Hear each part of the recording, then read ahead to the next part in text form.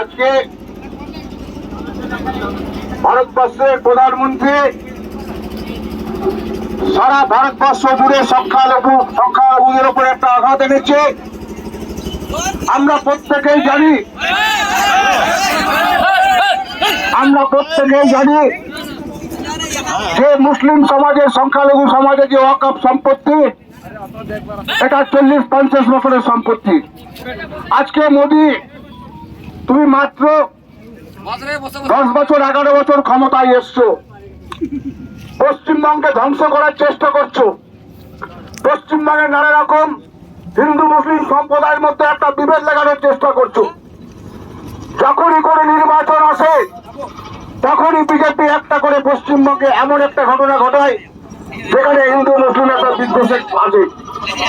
আমরা পশ্চিমবঙ্গে আমাদের নেত্রী মমতা বন্দ্যোপাধ্যায়, তিনি এক আছেন, তিনি বলেছেন পশ্চিমবঙ্গে সর্বধর্ম সমন্বয়ের বাস, অতএব এখানে মুসলিম হিন্দু বৌদ্ধ খ্রিস্টান কোনো মতেই ভাগ করা যাবে না।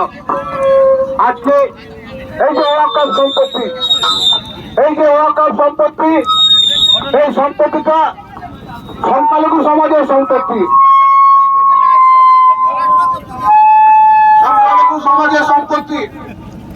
এই সম্পত্তির উপর তুমি যদি বলো যে আমরা ভাগ বসাবো, আমরা আইন করব নতুন করে, এই আইন বাতিল করতে হবে।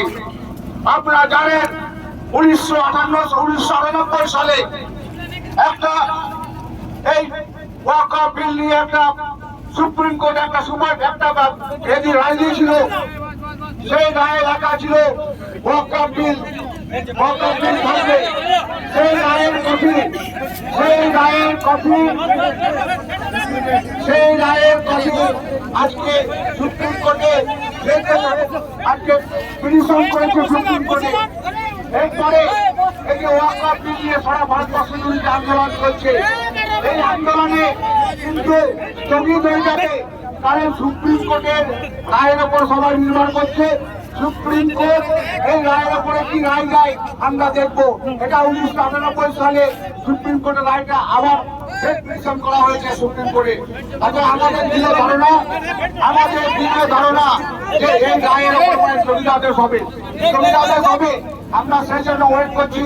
আমাদের সারা বীরভূম জেলা জুড়ে সংখ্যালঘু সমাজে আন্দোলন চলবে, তার সঙ্গে আমাদের সমস্ত ধর্মের সম্প্রদায়ের মানুষ এই আন্দোলনে যোগ দিচ্ছেন। আমাদের গত পরশু হয়তো কলকাতায় আন্দোলন হয়েছে, গতকাল সুরিতে আন্দোলন হয়েছে, আজকে মোহাম্মদ বাজার ব্লকে কিছু কিছু জায়গায় আন্দোলন হচ্ছে, বিশেষ করে শাহরাপুরে। আমি সংখ্যালঘু সম্পদের কাছে আবেদন রাখবো, আপনারা যে শান্তিপূর্ণ মিছিল করছেন, মিছিল করুন, সব জায়গাতে শান্তিপূর্ণ অবস্থান রাখুন। আমরা পূর্ণ সমর্থন, যারা হিন্দু সম্প্রদায়ের মানুষ আছি তারা এই বিলকে সমর্থন করি না।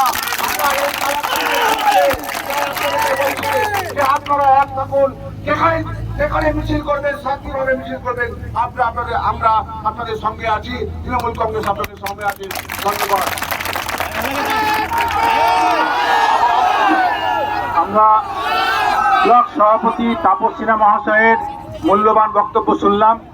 আমরা চেষ্টা করব আমরা আমাদের মধ্যে শান্তি বজায় রাখার, কেউ বিশৃঙ্খলার সৃষ্টি করব না। এরপর বক্তব্য রাখবেন আমাদের আরেকজন ব্লক সভাপতি কালী ব্যানার্জি মহাশয়।